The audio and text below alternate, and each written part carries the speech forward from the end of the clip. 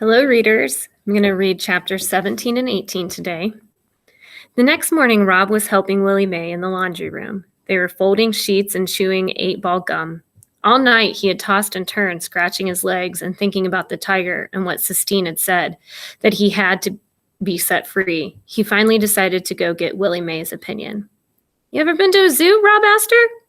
"One time," said Willie Mae. She cracked her gum.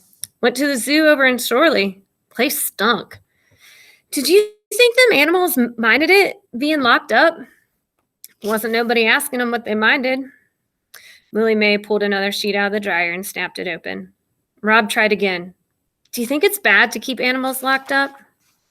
Willie Mae looked over at him over the top of her glasses. She stared at him hard. Rob looked down at his feet. When I wasn't but little," said Willie Mae, "my daddy bought me a bird in a cage. It was a green parakeet bird. That bird was so small I could hold it right in the palm of my hand." She draped the sheet over one shoulder and held out a cupped hand to show Rob. It looked to him like a hand big enough to hold the entire world. Held him in my hand, could feel his little heart beating. He would look up at me and cock his head this way and that. I called him Cricket on account of all the singing. "What happened to him?" Rob asked. William bent down and took a pillowcase out of the dryer. "I let him go," she said. "You let him go?" Rob repeated, his heart sinking inside like a stone. Couldn't stand seeing him locked up so much, so I let him go. "And then what happened?" he asked. "Got beat up by my daddy," he said. I didn't do that bird no favor. Said all I did was give it some snake at supper." "So you never saw him again?" Rob asked. "Uh-uh," said Willie Mae. "But sometimes he comes flying through my dreams, flittering about and singing." She shook her head and reached for the sheet on her shoulder. "Here," she said. "Go ahead and grab the other end. Help me fold this up." Rob took hold of the sheet, and as it billowed out between them, a memory rose up before him. His father standing out in the yard, holding his gun up in the sky and taking aim at a bird. "You think I can hit him from here?" his father said. "You think I can hit that itty-bitty bird?" "Robert," his mother said, "what do you want to shoot that bird for?" "To prove I can," his father said. There was a single crack, and the bird was suspended in midair, pinned for a moment to the sky with the father's bullet, and then it fell. "Oh, Robert," his mother said. It hurt the back of Rob's throat to think about that now, to think about the gun and his mother and the small thud the bird made when it hit the ground.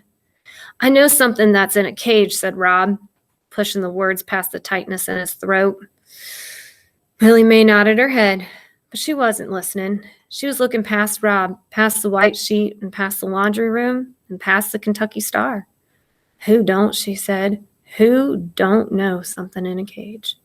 After that, they folded the sheets in silence. Rob thought about the bird and how when he had finally found its still small, still warm body, how he cried. His father told him not to. "It ain't nothing worth crying over," he said, "just a bird." Chapter 18. Rob was sweeping the cement away from the front of the Kentucky Star rooms when Bucamp pulled up in his red Jeep and honked his horn.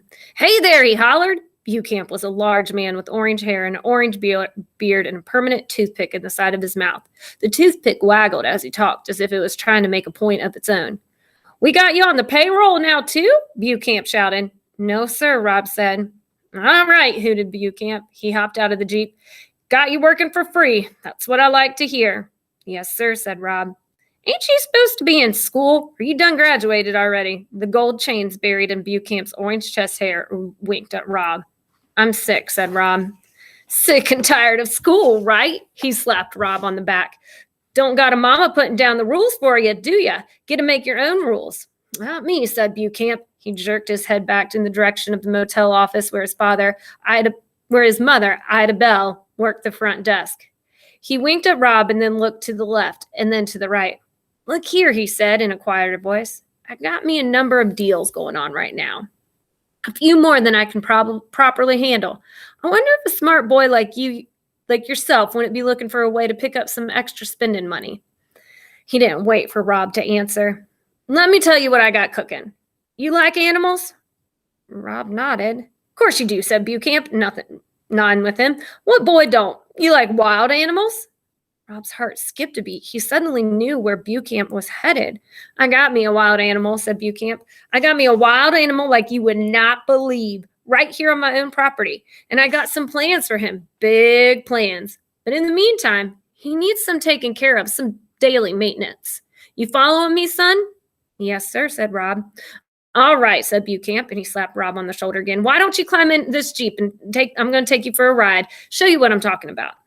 I'm supposed to be sweeping, said Rob. He held up the broom. Says who's, Bucamp said, suddenly angry. Your daddy, he ain't the boss. I'm the boss. And if I say let's go, you say all right. All right, said Rob, and he looked over his shoulder, wishing fervently that Willie Mayer, his father, would appear to save him from Bucamp, knowing at the same time that he could not be saved, that he was on his own. Good, said Bucamp. Climb on up there. Rob climbed into the passenger seat. There was a big brown grocery bag at his feet. Go on, put that in the back, said Bucamp as he swung into the driver's seat. The bag was heavy and it stunk. Rob carefully put it on the floor in the back and then noticed his hands. There was blood on his fingers. That's just from the meat, Bucamp said. It won't hurt you. He cranked the engine and it roared to life, and they went tearing behind the Kentucky Star and into the woods. Bucamp drove like he was crazy. He gunned for trees, and then he would swerve from them at the last minute, whooping and hollering the whole time. You ain't gonna believe what I got to show you, Bucamp hollered at him. No, sir, Rob said weakly. What? Said Bucamp. No, sir, Rob shouted back. I ain't gonna believe it. But he did believe it. He believed it with all of his heart.